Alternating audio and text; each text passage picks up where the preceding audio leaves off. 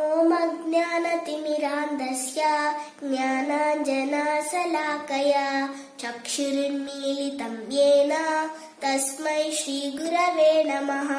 श्रीचैतन्यमनोभीष्टं स्थापितं येन भूतले स्वयं रूपः कदा मह्यं ददाति स्वपदान्तिकं।